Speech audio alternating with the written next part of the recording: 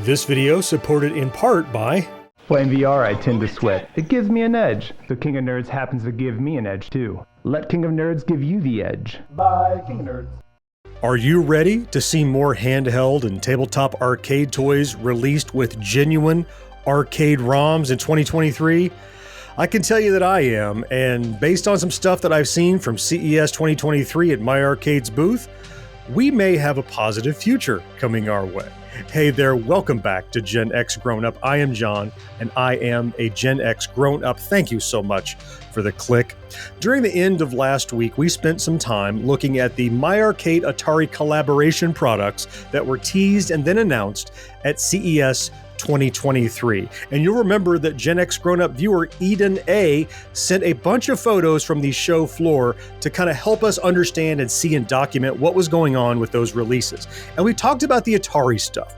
But I mentioned in one of the videos that I updated last week that I was going to do one more follow-up talking about the non-Atari stuff that was shown there at the floor, though it wasn't the biggest brouhaha, it wasn't what everybody paid the most attention to. There were some things there that made me very optimistic for what might be coming from My Arcade in the new year. Now, in this video, keep in mind that everything I talk about is purely speculation based on visual evidence and past history of what we have seen in the marketplace from My Arcade and other vendors. Now, you most certainly remember that back, I want to say end of 2019 or so, My Arcade did release what they call the Premium Edition titles that had the genuine ROM in it. We're talking the Space Invaders that had the Reflective Pepper's Ghost thing. We're talking about the Contra that had the genuine ROM in it, and that Street Fighter II Champion Edition that also was in the Premium Edition line. But that was it. That dried up along with everything else, and we're just kind of left holding the bag and waiting to see what else is coming. But based on some of these images taken at the CES 2023 show floor there at My Arcade's booth, I think fans of genuine arcade ROMs and these toys might be pleasantly surprised for what's around the corner. And I want to start by looking at some of the things they have offered in the Street Fighter II arena. Arena. See what I did there? Street Fighter. Anyway, so they showed several new products featuring the Street Fighter II name there on the show floor. And it's not the thing we already saw many years ago, that Premium Edition line, which was a pretty good product.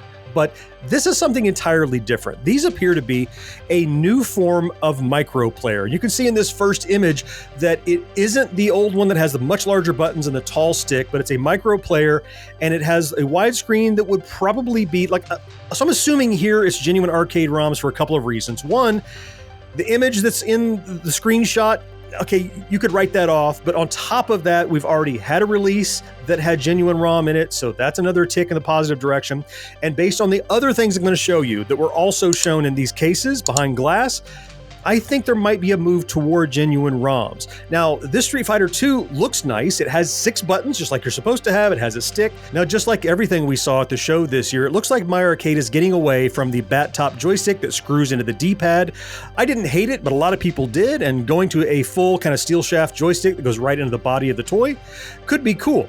It appears that this features 2 games, not just one, like the Premium Edition had. It includes Super Street Fighter II, the new Challengers, and Street Fighter II Champion Edition, which was included previously. And while there's no call out to it, since we've already had a Street Fighter II from My Arcade, you have to wonder whether or not they're going to utilize that link cable so that 2 people owning the titles can plug up between the 2 and play head to head. That was a great feature in the Premium Edition, although probably not widely used by people, so they might have phased it out or might be incorporated here. I don't see any mention of it on the box, so I'm guessing it's not on there.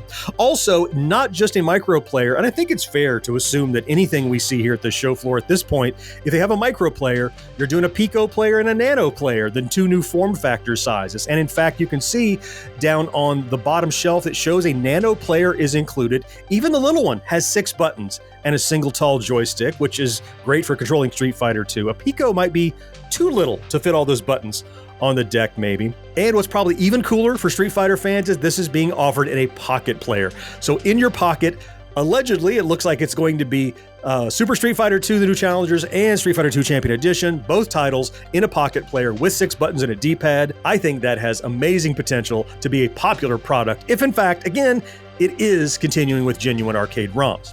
And one more quick thing to mention that I spotted in this is that it appears that now My Arcade's Micro Players is going to start featuring a brightness switch. So to control how bright the screen is and control your battery usage.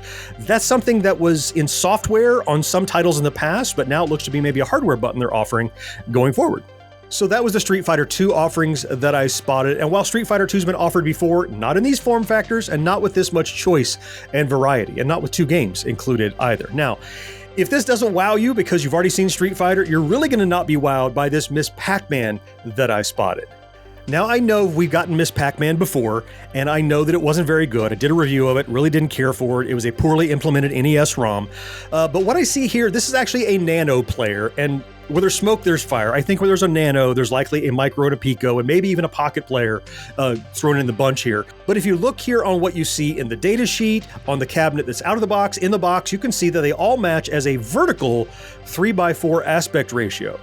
And why would you re-release the same game again? Exactly the same as you did it before? And why would you show that at a nationally focused trade show?